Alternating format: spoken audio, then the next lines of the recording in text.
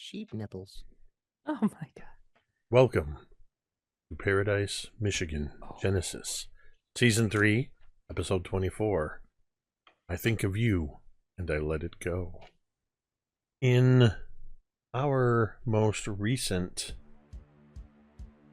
episode, Rosie was flatlining.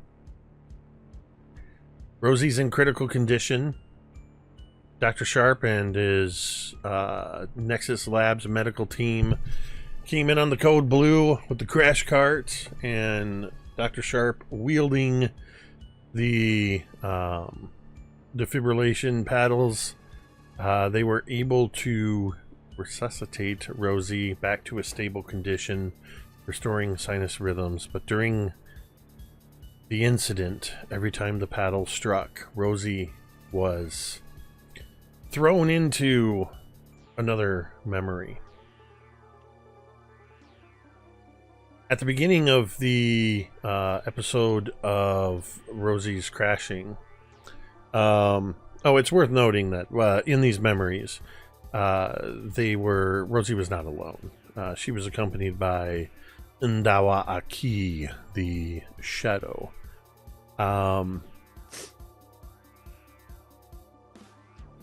At the beginning of this situation, a nurse herded all of the others out of the room and away from the scene. As she was doing so, somewhere along the line, both Billy and Jessica were pulled to the side. And the others, Laz actually noticed it partway through, as the nurse was leading you.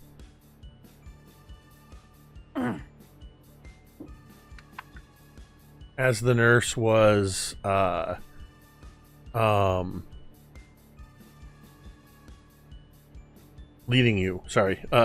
was leading you, Laz, you noticed that something wasn't right. You noticed the others were missing, and basically you were met with a Persephone / Sophie, and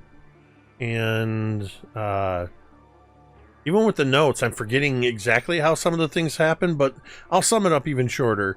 She told you not to trust Persephone.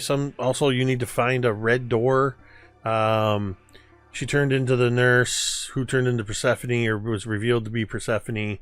Laz was like, F this noise, and released all of the energy from the crystals, the harmonics of the crystals in the cave back in 1855 on South Manitou Island, where he just unleashed it on her and appeared to completely vaporize her. The shockwave of this did a couple of things.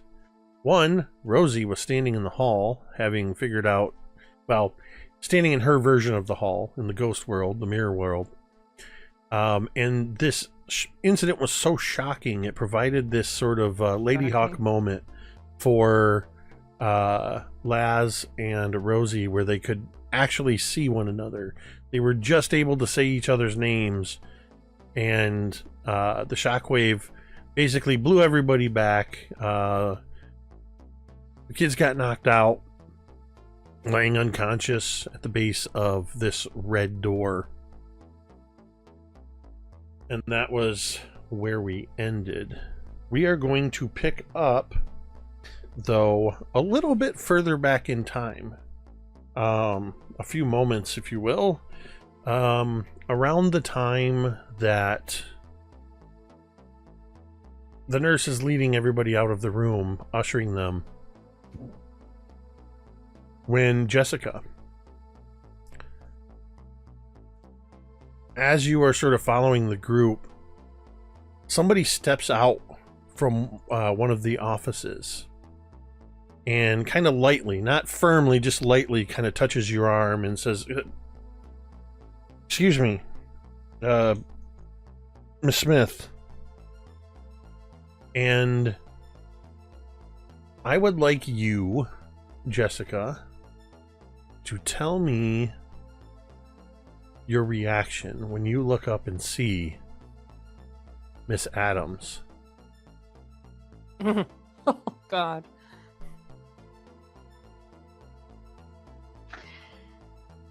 I think immediate flashbacks for Jessica would happen. Like, immediately she sees the... and I don't think it's, like, super... It doesn't flow very well. She sees Dr. Sharp's face in an instant, in a flash. She sees the hallway. She sees the cats. And then finally she gets this very, very visceral view of a whiskey glass shining up, like glinting against the fluorescent lights in a flash before, like, I think even at that point, Jessica would feel like a pain shoot through her head as she looks up at Ms. Adams. And she, I think, cannot, like, wipe that look of shock and surprise from her face fast enough. I think you see that micro expression, that moment of Miss Adams registering your look of shock. But it's a micro expression because she notices it and very quickly returns back to her demeanor as she says, "I'm terribly sorry to bother you with everything that's happening." And she kind of glances down the hall to where you came from. She said, "But one of our directors would like a word with you. You come with me, please." Which director is that? She looks like she is, like, standing firm. She had turned and started to walk, and you say that she turns around and sees that you're standing there, and she says, "Well, I'm taking you to Director Ashley Raven's office."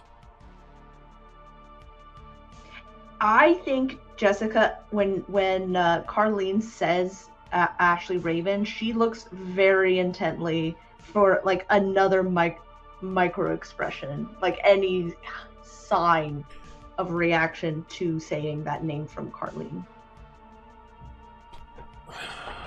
Let's see. I would like you to make a brains check. Actually, okay. You know what? Because I know this is pretty high for you. Let's go charm versus charm. Ooh.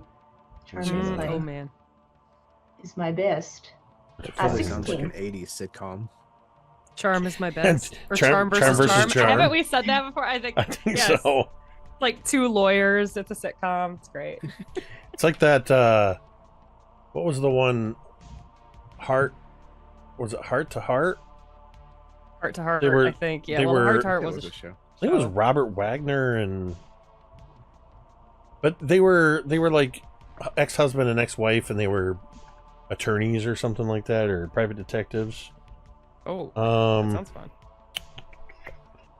I don't remember what. Oh, there we go. Oh, okay. Did you roll your charm? Yeah, 16. Oh, there we go.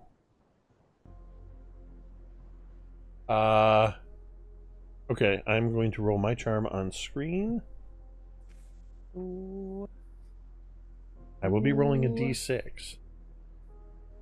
Oh. She could explode. That's a 6. Shut up. Why did you put that in the universe? No. I guess, yeah, but she has to do it again. It's not going to happen again. That'd be ridiculous. I hope it does. Okay. It's an 11. That'd be really funny. Oof. I think, yeah, it's when she says it, it's not so much the micro expression, it's just that she says, I'm taking you to Director Ashley Ravens. There's like, there's just that. You hear every consonant. You hear every sharp consonant pronounced more than the rest of her phrases. When she says Ashley Raven, it's subtle, but you pick up on it. It's like they have beef or something. Guess they're not going to be sharing a drink anytime soon. Oh, yeah. Right. Yeah, I think at that, like, Jessica nods. She's like, got it. Psychopath number 1, she says as she follows Carlene. So after she takes you just around a couple of the administrative hallways until you get to a door that has Director of Operations Ashley Raven on the door, and she leads you into this office, and it looks exactly how you remember it from your time as Carlene Adams. In fact, as you walk in, Oh, God. you hear a voice from inside the very bathroom where Carlene was brutally murdered. You hear the water running, and you hear, I'll be right out. And Carlene Adams motions and says, you can go ahead and make yourself comfortable. Do you need anything? Coffee, tea, soda? Whiskey. Yeah, Jessica's gonna look. Jessica's a teenager, so she's kind of a dick. I feel like you have to be at that age. For a time. And she looks for the whiskey glass. Is it there? You see the same cart that you remember. Some of the bottles are different, but it looks like the whiskey glasses are the same. Yeah, she looks very pointedly over. Carlene kind of follows your gaze and says, so water then. There's a pitcher of water sitting on there. And I think she will go over to that little bar cart, and you can hear a couple of ice cubes clinking in the glass and her pouring, and then when she turns around and hands you a glass, it's thankfully not one of the whiskey glasses. It's a tall water glass, but she hands it to you and glances towards the bathroom and then walks out. You can hear her footsteps just as she leaves and is walking away. You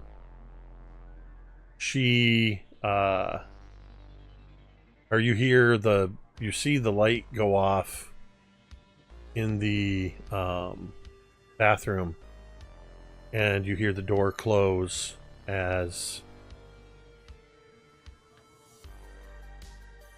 you hear her say, oh, thank you for coming, Jessica. And it is not Dr. Ashley or Director Ashley Raven's voice.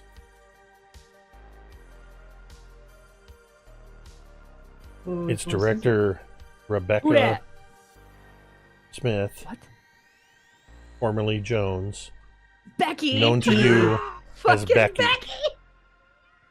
It is your dad's new Stepmom wife. Becky? Oh, Oh no! Who is the director Jessica's of like, Really need that Sorry. whiskey now. She's the director of operations of Nexus Labs in Palo Alto, California. Jessica rolls her eyes. She's like, I can't believe I wish it was Ashley.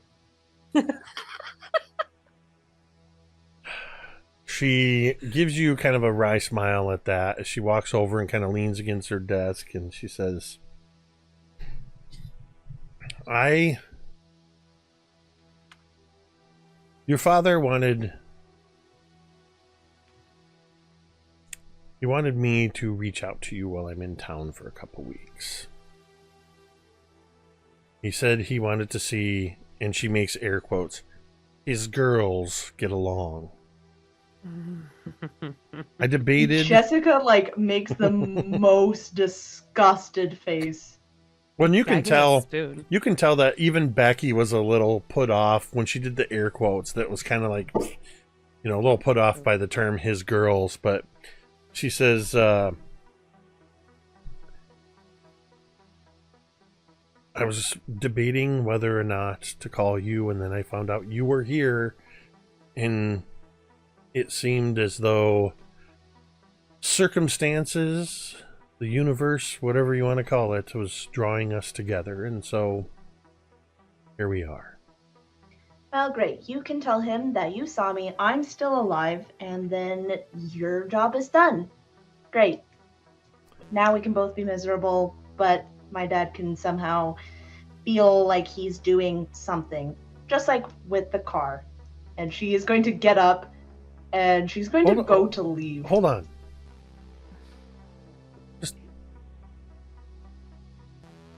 Give me a little bit of courtesy and just hear me out. I understand that you are unhappy with your father because of me, but it's not going to change the fact that we are together. I'm his wife, and I'm your stepmother, whether you like it or not. I'm not saying that to be some kind of, like, overbearing bitch. It's just, those are the facts. And you can continue to act like a spoiled brat about it, or you can try to act like an adult and we can have a serious conversation. Jessica stops, but she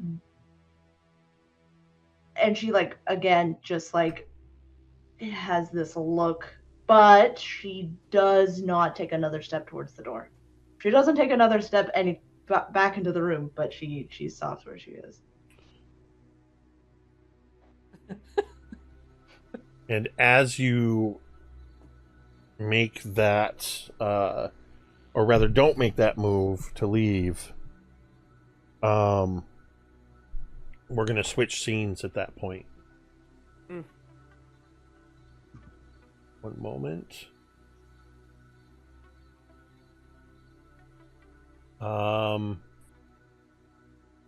There we go.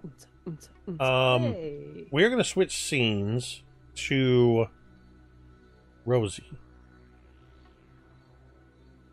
You are standing in the hallway where you just saw your friends, well, most of them, and you saw Laz and realized for a split second, Laz saw you.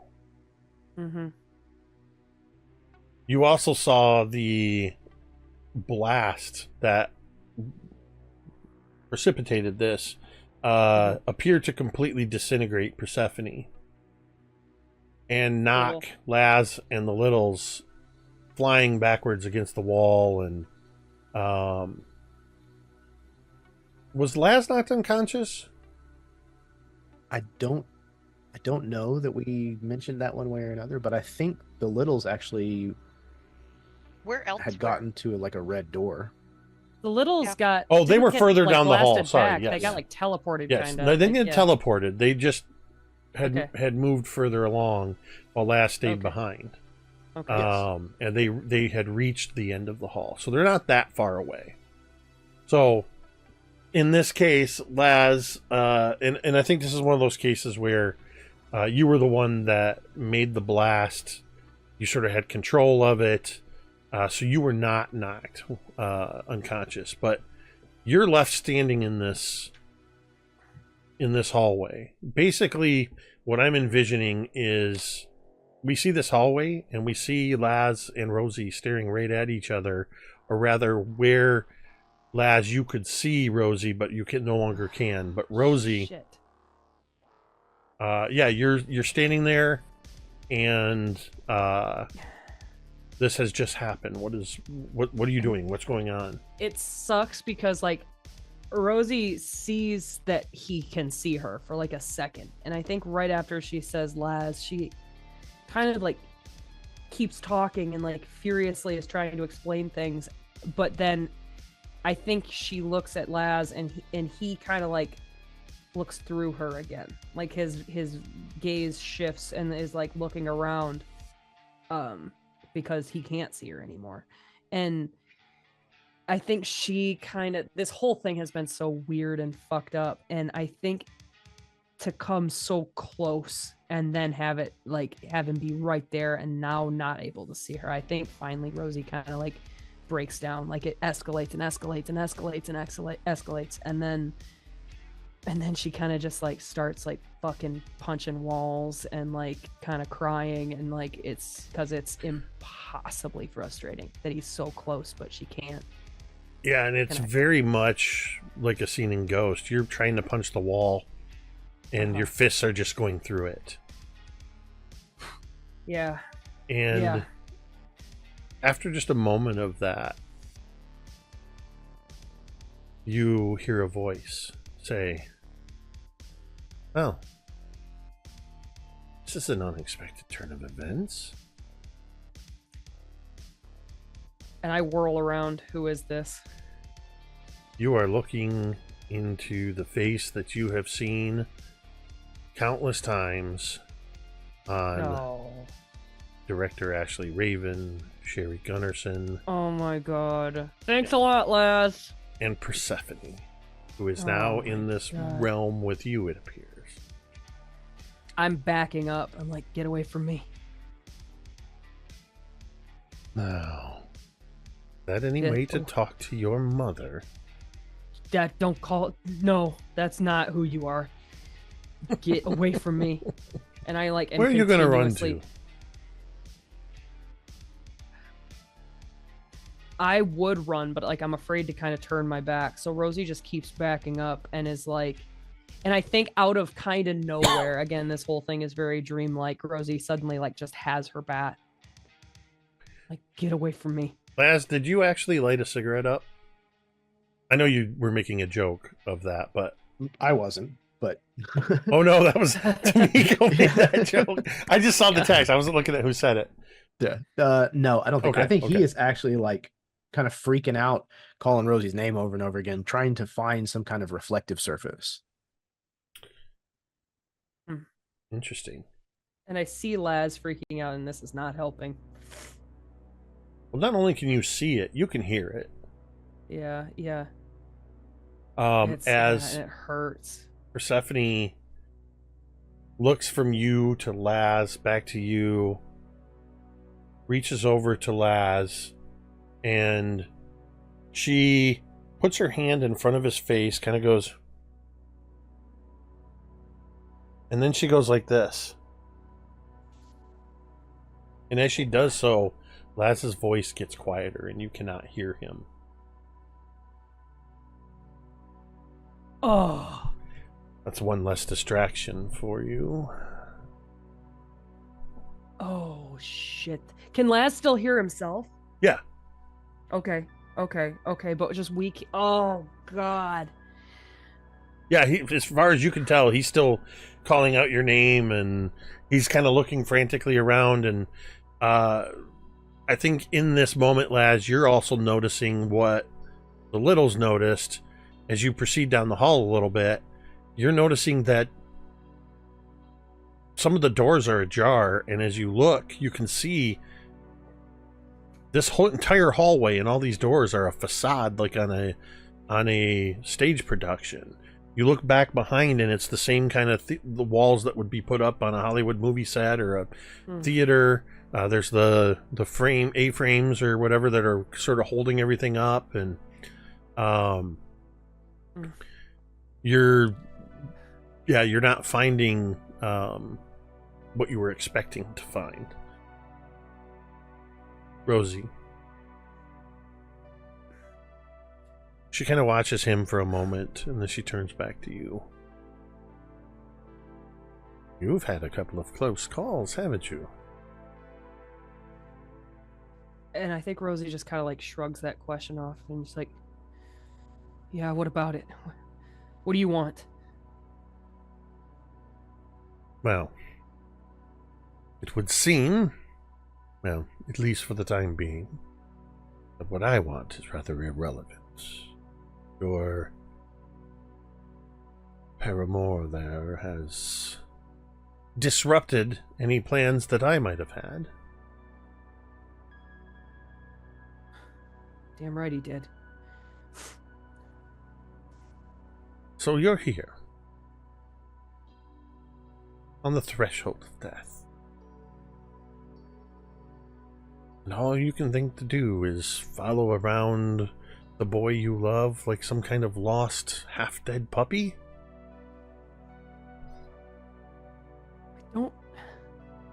No, this... I'm working on it, okay? I don't have a ton of better ideas. I mean, I've never done this before. I thought that maybe if I got back to, like, them, then they could... I don't know. I just gotta try to figure something out. And for now, I guess I'm just buying time.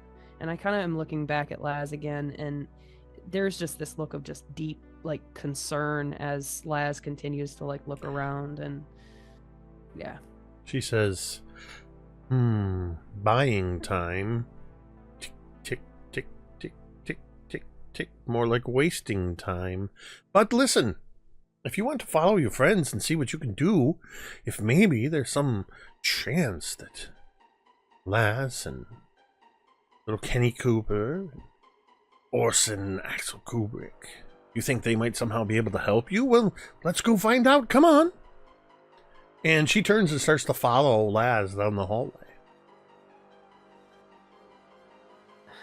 In fact, I think she moves ahead of you just enough where Laz, in your search for something reflective, you've probably moved a little further down the hallway. And she kind of looks around the corner and looks back at you, and she goes, oh, they found a red door. A red door? Wait, where's Billy? Where's Jessica? Oh, I'm afraid they had other appointments to attend to. But don't worry. If everything goes according to the plans I set into motion, they should be joining us in some way, shape, or form anytime now. Wait a minute. What do you mean? I'm not going to tell you everything. I would spoil the surprise. I've got a lot of missed birthdays to make up for. So consider this a birthday present. The birthday present of all birthday presents. What are you, 13, 14, 15? 14. 14 years of missed birthdays to make up for. I think this just might do the trick. And I look again at Laz, and I can I see Coop and Oak kind of down the hallway? You haven't gone to the end of the hall yet. She's standing there, but Laz, as you're standing almost superimposed with where Rosie's seeing Persephone,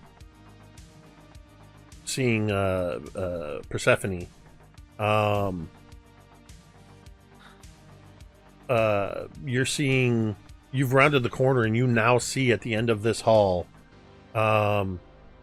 you see the red door, and you see Oak and Coop unconscious lying at the base of this door. And I guess is Persephone walking up ahead of me? She's standing there at that intersection where Laz is standing. You were probably a good 10-15 feet away. Okay, I guess I would go up and I would can I reach out and try to touch her, like grab her shoulder? Yeah. I mean, we're in the same place now. I can't fucking touch Laz because we're on opposite sides here, but can I touch her? Yeah, you can try. You reach it. You walk up to her. Yeah. You reach out and you just like listen. Put a hand on her shoulder. Or... I kind of want to like the same way you like walk up behind somebody and get their attention, like kind of pull her arm back. She's looking right at you. Okay. Then I would like want to shove her on her shoulder. Let's make a...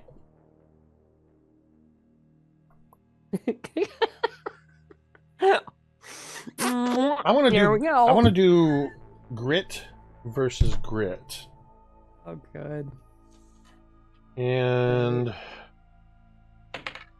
Oh. What's your grit? My roll was... Well, my dice or my roll? Both. My roll was a 13. Your die is... D20. Very gritty.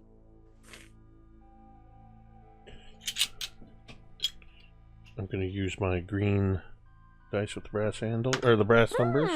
Ooh, I got a 15 on my die. Ah, it's okay. So what she does, as you reach out, and you do suddenly feel her shoulder. Oh, okay. Well, this is But good. This is as you fine. do it, she sort of turns into the motion, and she goes, "Yes, that's right. I've missed you too," and she pulls you into a hug, and she full on embraces you. And she does one of those hugs where she pulls you in, and she's got one hand on the back of your head, and she's lightly stroking your hair. There. You've been through a lot. I don't want this. Nope. Get off of me. Get off of me. Get off of me. My, I you're a feisty one. And she lets you go. If I can touch you, I can fucking hit you. And so help me God, if you hurt those people, if you hurt my friends, it's gonna be bad. It's gonna be real bad. What are you gonna do? Haunt me? Yell boo at me? No, you're gonna wish that was all I did. And Rosie looks fucking dead serious and is like, yeah, she's very afraid for her friends upon this weird fucking threat, and like she just is like, you're not gonna hurt my friends.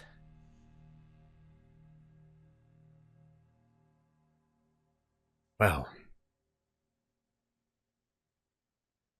I don't like to be told what I can and can't do. I think you get that from me too.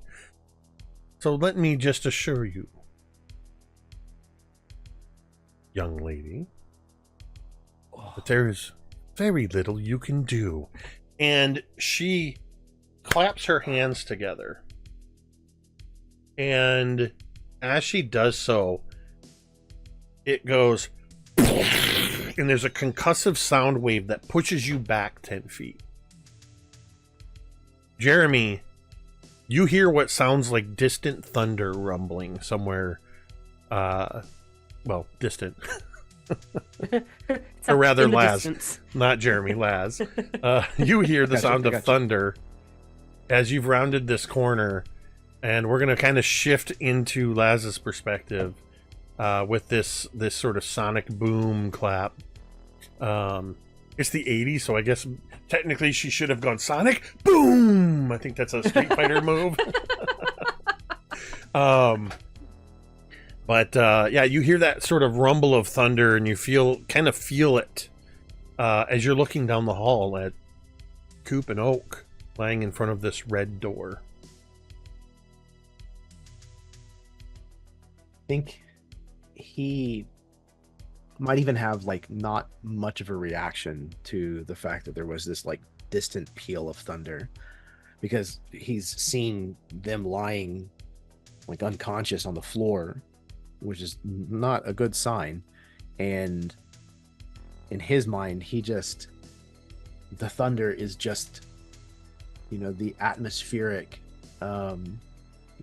accompaniment to what he's already feeling, seeing them laying on the ground.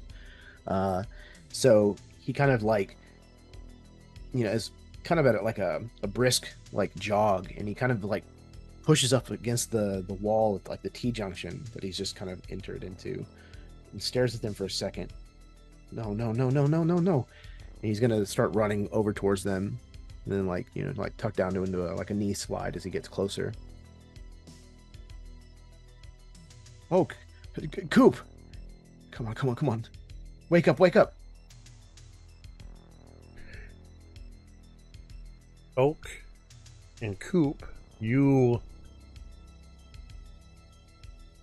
have this ringing in your ears, and Laz's voice is coming to you muffled at first. It's that classic muffled sound that sort of starts to, as the whine in your ear, the ringing dies down. It takes a moment, and you can hear that Laz is right there next to the two of you. And each of you can groggily start to open your eyes. And you, as much as you would expect to feel it, having been blown back by an unseen concussive force, and being thrown against the wall, that's how your little bodies feel. Is that you, Jesus? Not today. Am I dead? What happened? I don't know. Oak, don't go into the light. I'm not. I don't think so. Unless, oh no. And I think his face is like looking square up. You know, like how these hallways probably have like the. Oh no, I am. Fluorescent light beams. Like, well, oh no, There no. were. It's sparking. They're There were. You're looking up at what was a light, it's sort of flickering and sparking. Several of them blew out. So this whole scene is also very, like,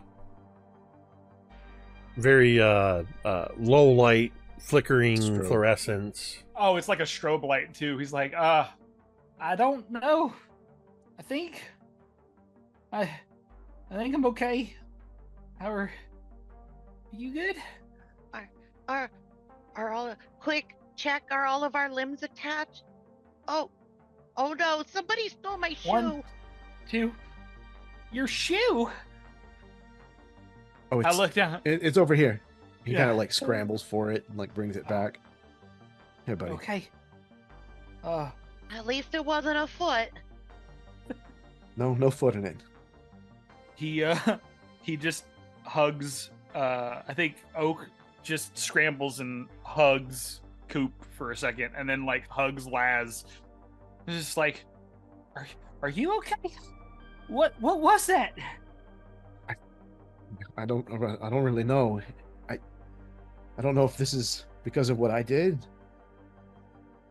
or I don't think Persephone's going to be a problem. Again?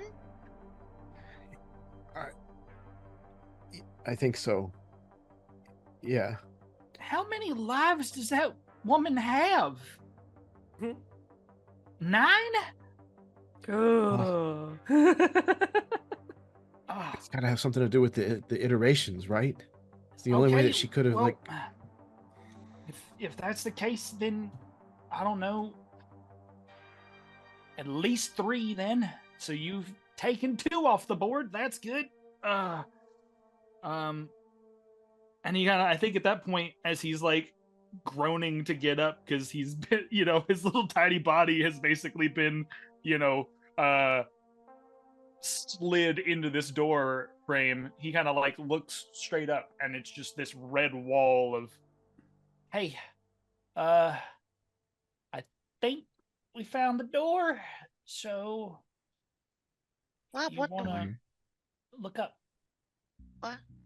Oh! Yeah. Did y'all try opening it? No, because before I could get to the keys, we were flung. Oh, back. wow. Laz, Okay. we can't go around just opening doors willy-nilly. Because remember what happened when Jess did it in the lighthouse? Good point. Good point. Okay. Do we think that this is the same kind of thing as a green door? Oh, I have no idea. It's At least point, it's gotta be point different. of order. As the 3 of you are looking at this door, It does not have a handle. Oh. Oh, well, that solves that. It has. It does have a brass plate where it's the one of handle would be, It's like a closet door. and Push door. well, it does kind of like look say like a push door or that you would just push. Pull. But given that you are, Laz in particular, because you're sort of kneeling while the other two are sort of starting to sit up, you're kind of at eye level with where the doorknob would be. And you look at this lack of handle, this brass plate. There's not even like a keyhole on it or anything. It's not the same sort of flat surface you would expect. Like, generally a push door has like a bigger push plate on it. This is the same exact size as any of the green doors with the brass handles. It just doesn't have a handle. It just doesn't have the handle. But what it does have is an engraving etched into the brass of a single rose.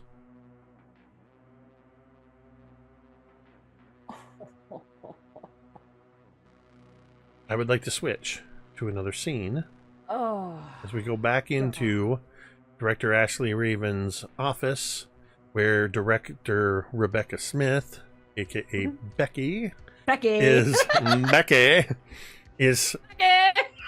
has pushed off of the desk and is now standing sort of face to face with you, Jessica. And she says, "Look, I want to give you the benefit of the doubt, okay? Because you've had no say in anything that's happened here. And you get the sense that when she says that and the way she gestures, she could just as well as be talking about everything with her and your dad and the relationship, as she could be talking about just in general everything with the Nexus project." As she says that, and then she says, "I'm going to give you the benefit of the doubt, and I'm going to treat you with a level of respect and maturity that I hope you will also return me. I want you to feel right now that you can say whatever it is that you want to say to me, because I can see the chip that is on your shoulder from a mile away." And she kind of throws her arms to the side like this, like, "Let me have it.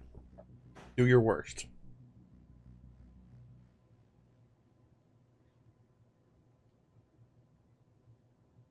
Jessica looks at her.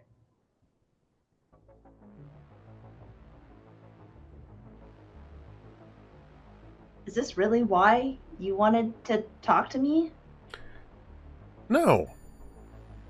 To get, I don't know, for me to get mad at you? For you to take the brunt of my chip on my shoulder, as you put it, while my dad cowers in California?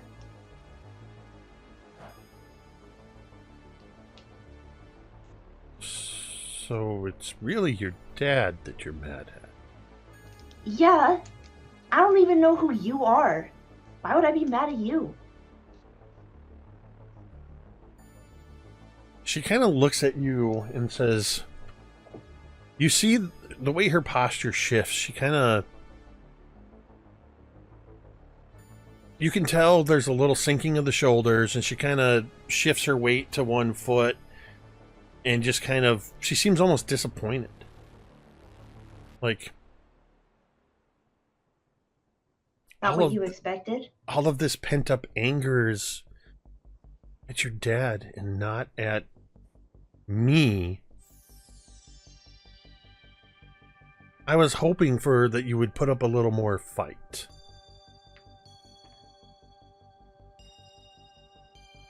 And as she says that, there is a sudden shaking of the floor and the walls. You hear the clinking of the glasses on the bar cart. A couple framed photographs fall off the wall, and the lights flicker heavily as this is the moment that Laz blasted Persephone. Oh. Down the hallway a little ways. And wow. As everything shakes, the lights in here flicker. And they do this several of the lights in the room kind of burst. And so there's now only maybe a quarter of the light there was, and it's flickering. And she's kind of looking up at the ceiling, and she goes, well, shit. I guess there goes that plan.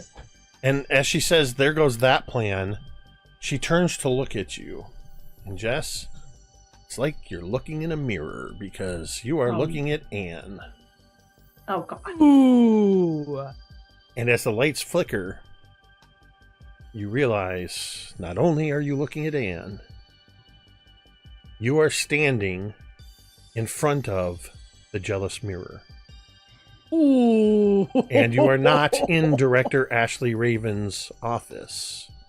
You're in the jealous mirror quantum containment room. All around you, everything is a reflective surface. But Anne is in that one mirror in front of you, looking at you.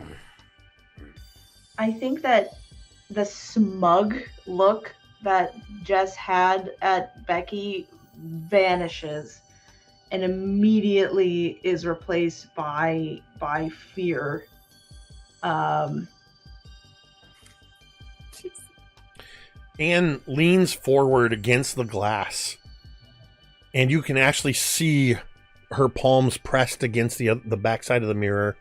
And she leans so close that as she breathes, and she's giving you that Kubrick stare, kind of looking down like this as she goes, and you see the breath fog the mirror momentarily. I really thought you were going to give that Becky bitch what for. And all this time, you were mad at Dad. What a waste. I'm not you, Anne. I don't just fight everyone who looks at me the wrong way. I don't break people's arms when they piss me off. No, you just phase through them and embed them in halfway through solid objects and torture them before they die. You just rip their hands off. Little boys, Jessica.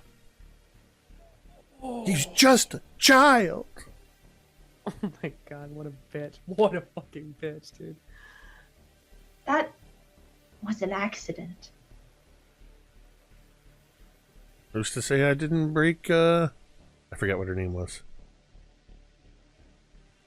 Meredith? Meredith. I knew it. Meredith. Oh my God. Who's to say I didn't pull. break Meredith's arm by accident? I just don't know my own strength. I was there too. I felt what you felt. You enjoyed it. You're right. Did. I kind of miss it. Been in here all by myself ever since you all tricked me.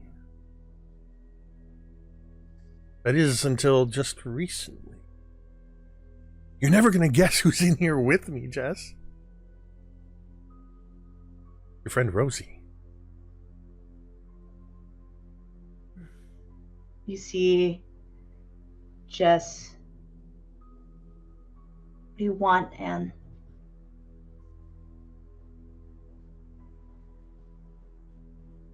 What do you want to What? get Rosie out? What do I want? I want out. That's all I've ever wanted. You know, you were in here. You got just a taste of what I've had for longer than you can even imagine. You had just a taste of it. You so desperately wanted out. What do you think I want? I want out. It's clear that you were never going to help. I would have. Anne, we were in this together. And then you decided that you didn't want me in the picture, and you pushed me in the mirror. Or have you forgotten that as well?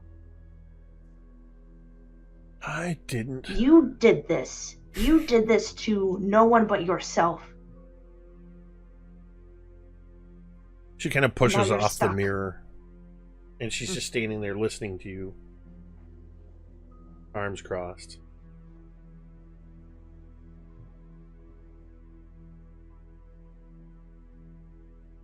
You know, the same offer that I gave you when I was Becky, I give to you now. Go ahead. Say everything you want to say to me. Tell me how you would have helped me. While pretending that you and your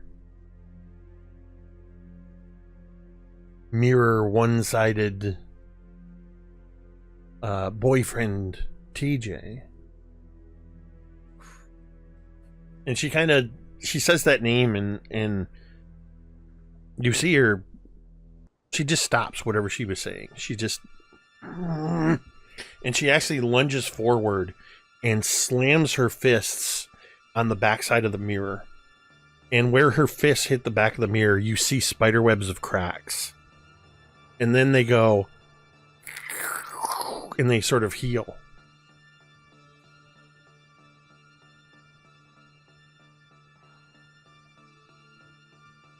It was never supposed to be like this, Jessica. We were supposed to be sisters. Both of us out there together.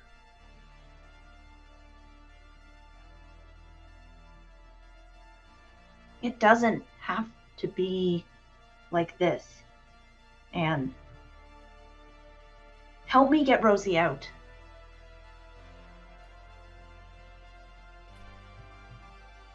I think... And she kind of turns like she's listening to something. And you can kind of see her eyes moving around as she's listening. Yes. Okay. I think Rosie's closer than she realizes to finding a way out of this place.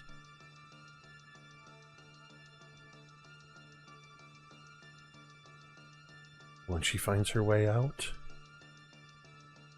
I'll find my way out.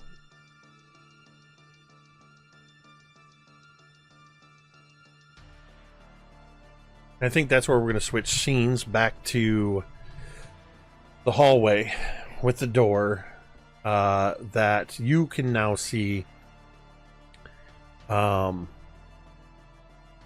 everybody gathered around as Laz is waking up the littles, Rosie, and Persephone's sort of just standing there leaning against the wall, and she just reaches out into the air and does this, and you can suddenly hear all their voices again as the three of you are looking at this door with the rose. You're far enough away you can't see the rose, Rosie, yet. But the three of you have seen the rose engraved on this brass plate. What do you do? We've all seen it. I have a question for Yes. you, Jacob. How similar does this carving of a rose look to the carving of the rose in Laz's guitar? I was thinking the same thing, Boot. Nice. Nice. Nice. Looks identical. Exactly. Well, Coop's gonna notice and go, "Oh wow, look, it looks just like the rose on your guitar, Laz." Yeah, like the key. He's gonna start rummaging through his backpack that he miraculously still has with him. Yeah. It's always just there. I see these three getting excited about something, and I like turn to Persephone and I'm like, don't fucking follow me. And I like start walking over closer to them to see what they're so excited about.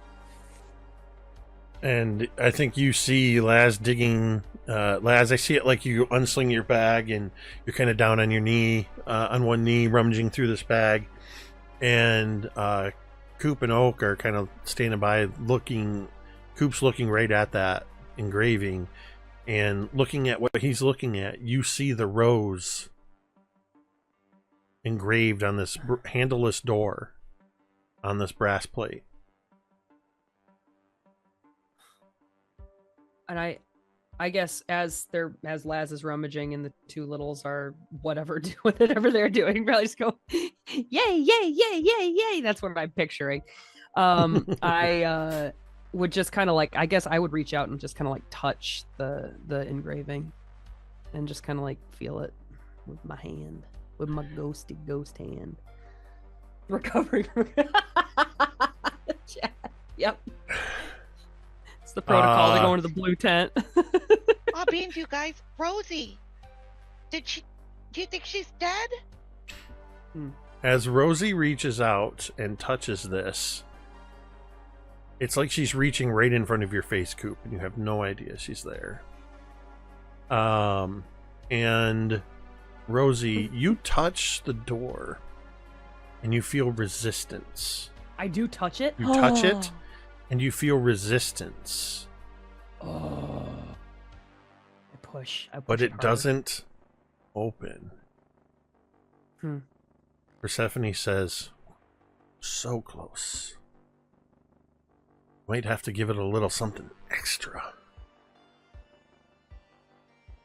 I like look back at her kind of angrily and I don't say anything, and I keep like my hand on the brass plate and I want to like hit it with my shoulder. Like a little Persephone just goes, Oak and Coop, the door shutters next to you.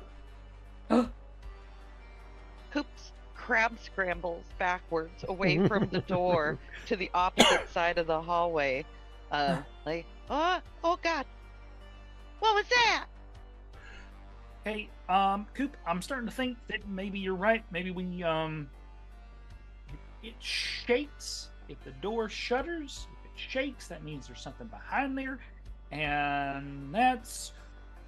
When Oak says that, I do it again. It shutters again. See, and that's not normal. That's the thing that you see in the sci-fi movies, and that's the thing that ends up getting you killed.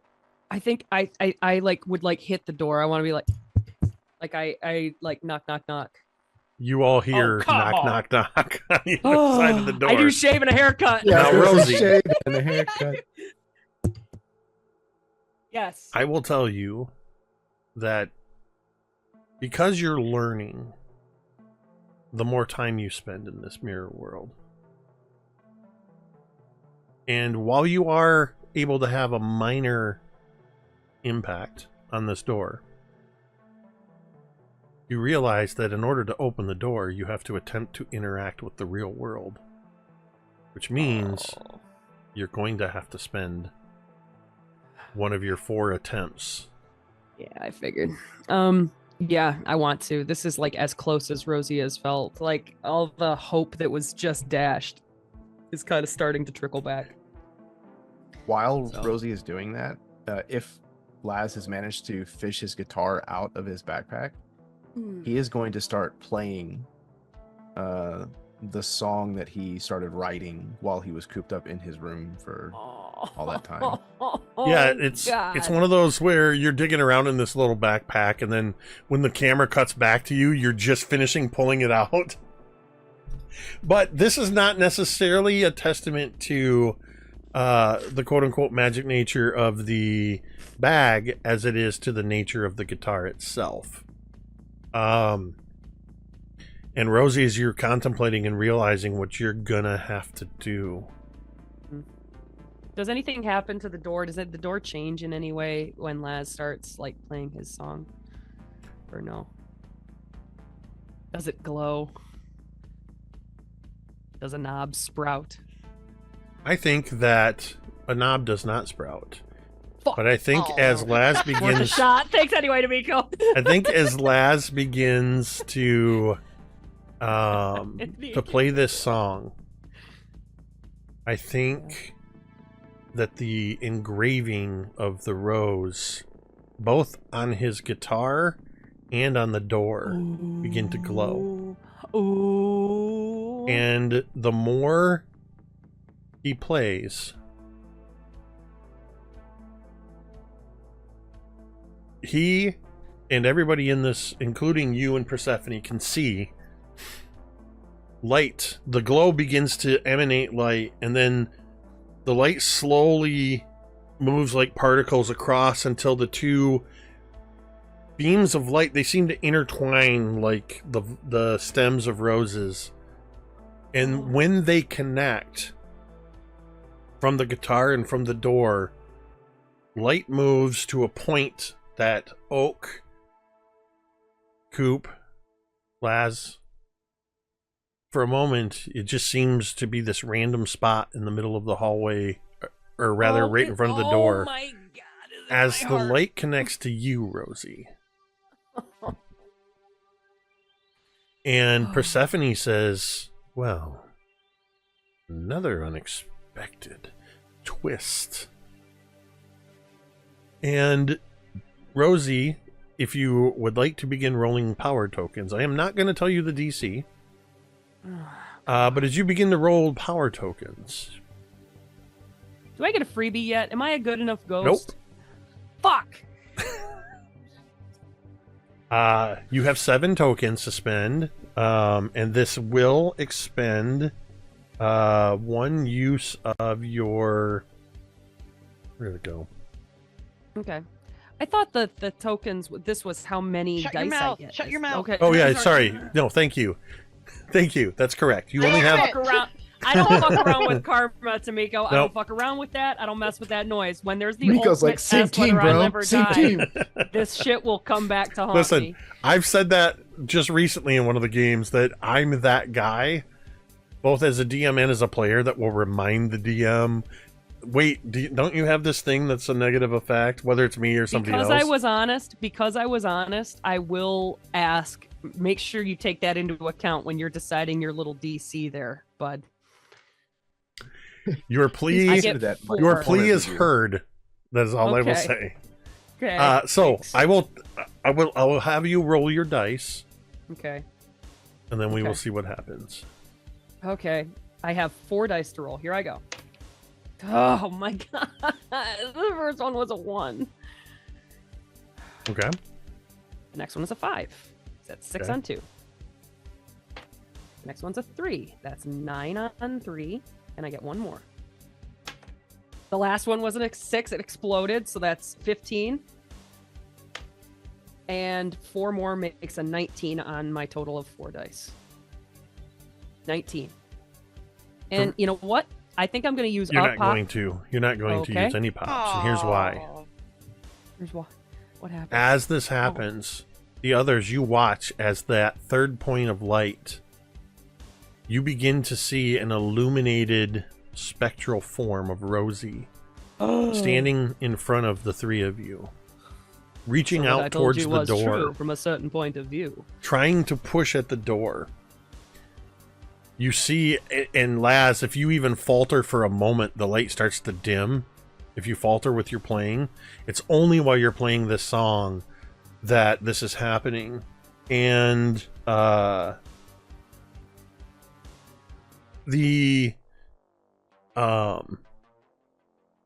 Rosie, you feel that you did the right thing. You had to spend one of these attempts to make this connection to this physical thing. But also for reasons you can't explain, it was so easy to do once you made the connection. The DC was only 3. Oh Jesus! Or sorry, 4. Christ. The DC was Thank you. was only 4. Great. This was a case where you couldn't fail, and you feel that, but you had to do it I still had to do it to. because it's the only way you can truly connect with the physical world. And as you begin to push the door open, we're going to take a break, and we will find out what happens on the other side of the break. Because Diabolical. honestly, I was going to keep pushing through, but I really have to pee. So you can take my bladder for this break. We're going to take a short break, and we will see you on the other side. Elmo knows where you live. Oh my god. Jesus Christ. And we're back. And that's where we're going to end tonight's session. I'm just kidding. Have a break and then come back from the break just to end. That would be the biggest dick punch in the history of the earth. Like, that's not acceptable.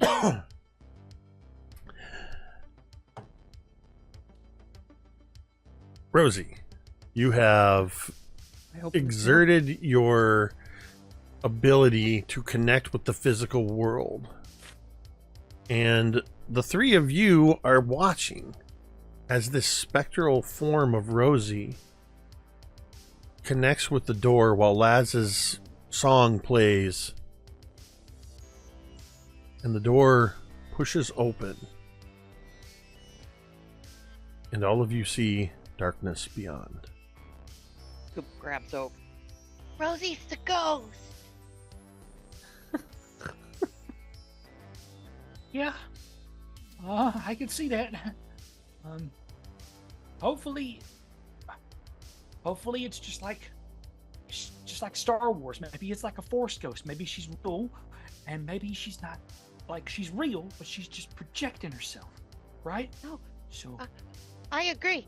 She wouldn't be a mean ghost. She'd be a happy ghost. oh yeah, I'm sure of that. Like, I can't think of something that's canonically not Casper, but I don't believe Casper was. No, I mean, the Casper was cartoon. 93. The cartoon. 93. The cartoon was The around. cartoon was around, though, yeah. Mm. Maybe she's like Casper. I don't know. I am holding a door open for you actively, so it's my first kind, friendly ghost move. I think that Do we go Oak's just through? happy to see Laz it. says as he keeps playing. We've gotta. Yeah, We've I gotta. think so. No matter what's on the other side, buddy, you keep walk Can we forward still see and keep Ghost playing. Rosie? As long as Laz is still playing the guitar, you can see Ghost Rosie. So like a mariachi playing like on a guitar. I just imagine Laz walking through the doorway, Like kicking his backpack in front of him. like some desperado level nonsense over here. Coop scrambles up and is like, okay, let's go. And then once he's through the door, if he doesn't instantly appear someplace else, he's gonna turn in the doorway and say, "You should come too, Ghost Rosie." I think Ghost Rosie looks down at you, and knowing she probably can't like talk to you, she does like nod. And as soon as you guys are all through, she would let the door close and kind of follow you. As the door closes, it cuts off the light, connecting between the doorknob, or rather lack of knob, the door plate, Rosie, the guitar, and your vision of Rosie instantly vanishes.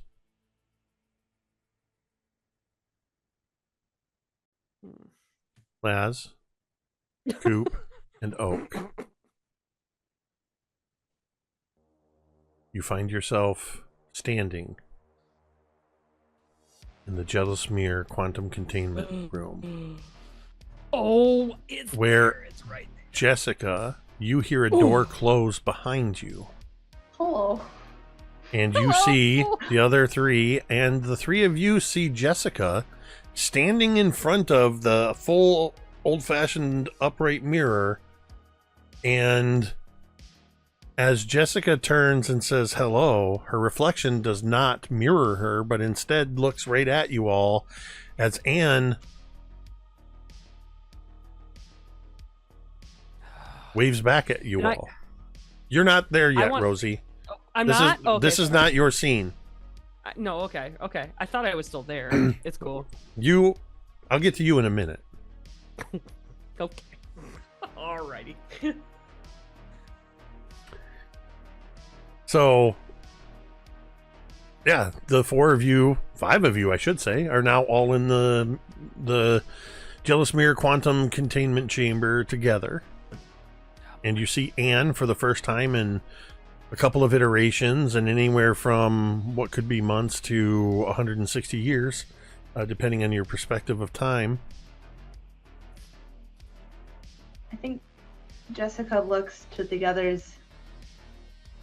She has this really, like, pained look on her face.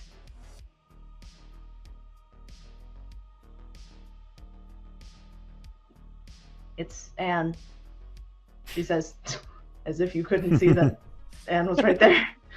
And standing in the mirror, it's like, Hey. It just suddenly reminds me of when Mikey realizes the rest of the gang's there, and he turns around and he's like, "Hey guys, it's One Eye Willie. One Eye Willie, the Goonies." I think Laz will like cross over to Jess. Jess, we just saw Rosie, kinda. I think she's trapped in like a different iteration, like a parallel situation. I don't know. Is it something kind of like the mirror thing? And he kind of glances uneasily over at Anne. I think it's exactly. I think it is the mirror. She's there with Anne. Can we get her out? Coop bumbles up to the mirror and starts like trying to look behind Anne. Is she there? I don't see her. Anne kind of smiles down at you and looks at all of you and says, "Jessica's right. Jessica's right. Rosie is here with me in the mirror world, sort of."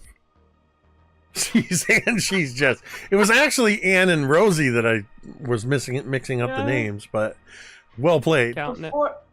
Actually, could we go back a little bit, because I know Jessica had said before we had switched scenes to Anne that it doesn't have to be like this. mm-hmm. Oh yeah. I wonder if you don't mind, we could go back, because I think how Jessica will respond to Anne really depends on if her and Anne came to an agreement or something. Okay, yeah. Is that okay? Yeah, let's rewind. We'll rewind the scene to just before the others come through. So as the door closes behind them, we'll see Jessica. You're standing in front of the mirror, looking at Anne. After you've just said it doesn't have to be like this, and Anne says, "This could have been any number of ways, and yet this is the way that it is. How do you see this being any different?" Well, you could stop being kind of a bitch. But she kind of, her eyes darken, I think, and we don't have to do whatever this lab thinks that we're gonna do, whatever they think that we are. We could both be out. We could both be here. Rosie could be here. TJ, no one has to be in that mirror. That's what I've been working on. You're right, we don't have to be in here. And if everything works out, there won't be a mirror world for either of us or anybody to be trapped in. That's what I want, but I have to trust you. I didn't want Billy to let you out because you can't be trusted.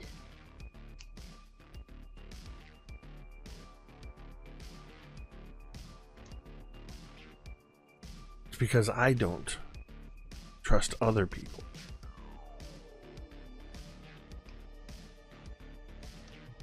I've always had to play dirty. Because, quite frankly, you wouldn't.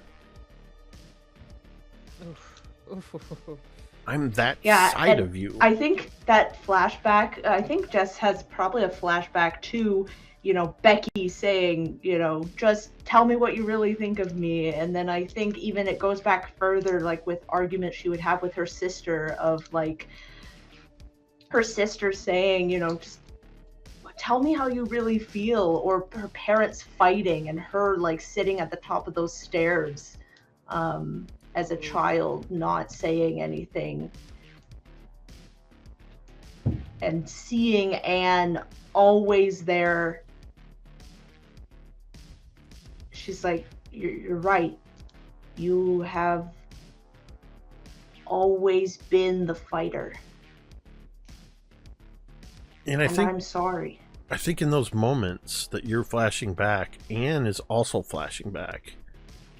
And I think we see for the first time that any time in your life that there's been a moment where Jessica would sort of not stand up for herself, those were those times where for just the briefest of moments, you and Anne switched places.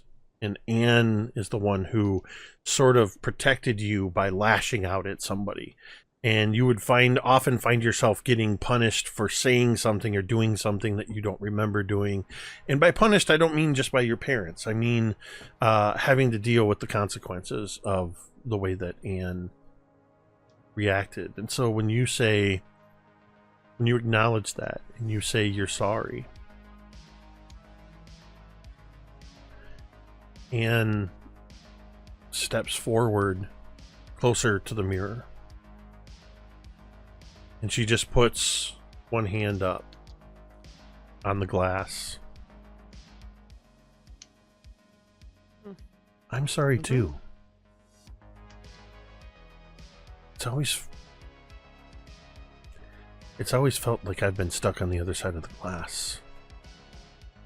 And I only could come out in those moments, which made me want out all the more. And that's all I've ever wanted, is to be out there in the world with you. And for the first time it feels like it's possible, Jessica. We could all get what we want.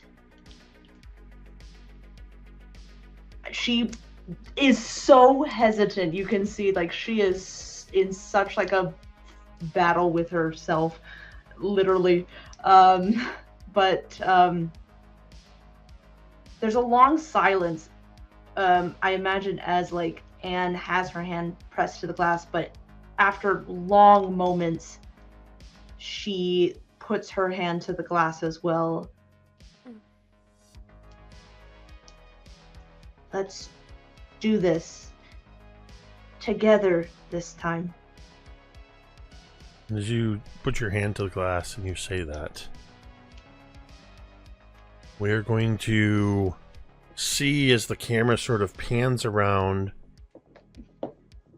and it seems to, as it passes the plane of the mirror, we see Anne on the other side.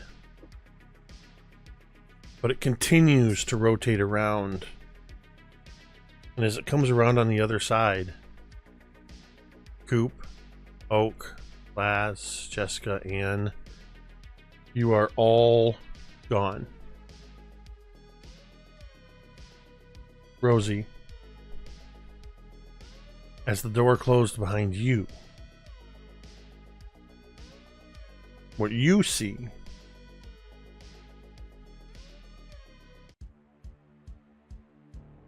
is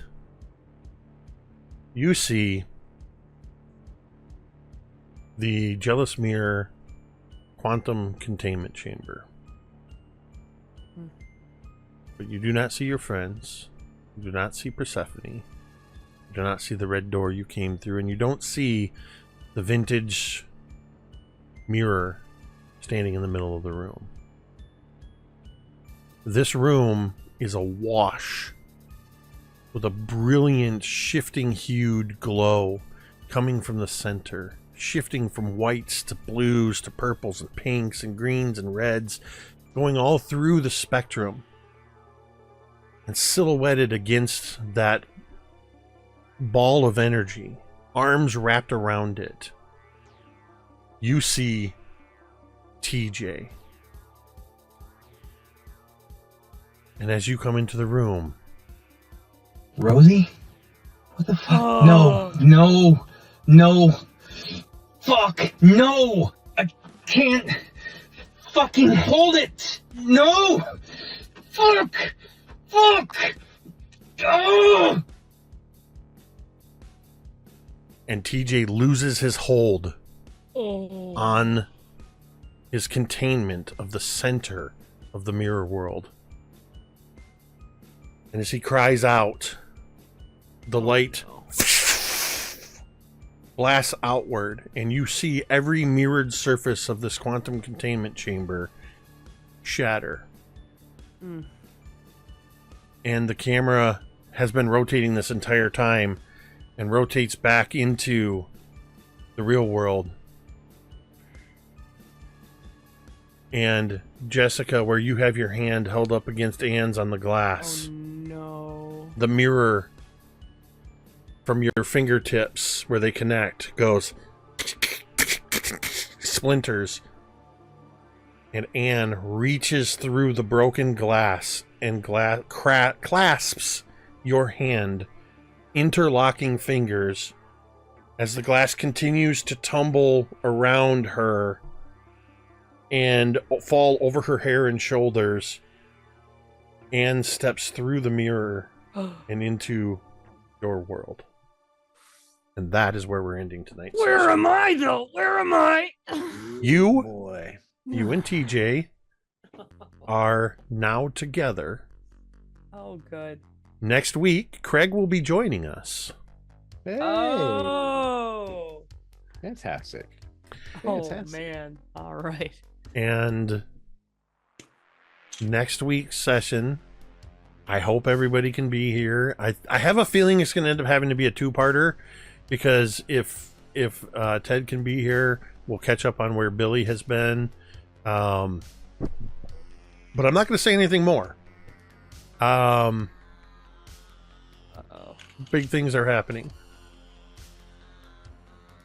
Wow. Holy shit. Ooh. Yeah. So, yeah, Craig will be joining us next week. Craig and I kind of cooked up the scenario, and Craig recorded the voiceover weeks ago. It's been just sitting here waiting for the right time, because I never knew when you were going to be in a situation where it could happen. So we've been waiting and biding our time. And Craig has been so patient, saying, look, man, I don't know when and what they're going to do. It could be anywhere from 1 to 6 weeks. And he's been amazing being on standby. So Craig will be joining us Did he next week. record like several different he watches versions? This game, like we go off the rails all the time. Yeah. Did he record different versions? Because how did he know I'd be going in there by myself? Or did you just see to that? Let's just You say don't we've have to show us prepared. the little man behind the curtain. Let's just say we've prepared for multiple contingencies. Oh my god. That's Incredible. all I will tell you. Wow. Oh, I will tell you this. No, I'm not going to tell you that. I was going to tell you something that I want to tell you, and I'm realizing that if I tell you this thing, it's going to alter your perception of Don't something. tell me. And so Write that's it as down far and as tell me when the campaign is over. that's something that I will. So I 100% think that when this campaign, I don't care if nobody watches, when this campaign is done, just if for nobody else, just for us, we're going to have a campaign wrap-up session That's going to be hell yeah. sort of a Q&A, but it's mostly going to be a Q&A for you, the players, to grill me on loose threads and things that, you know, that could have been, as well as me to grill you on choices you made and things like that. And I would How long love are to you do planning for that session to be, Jacob, because you might need to make it too. Good point. So anyway, thank you everybody who tuned in tonight for hanging out with us. I feel like a lot of people were probably watching some kind of foosball game or something that was happening.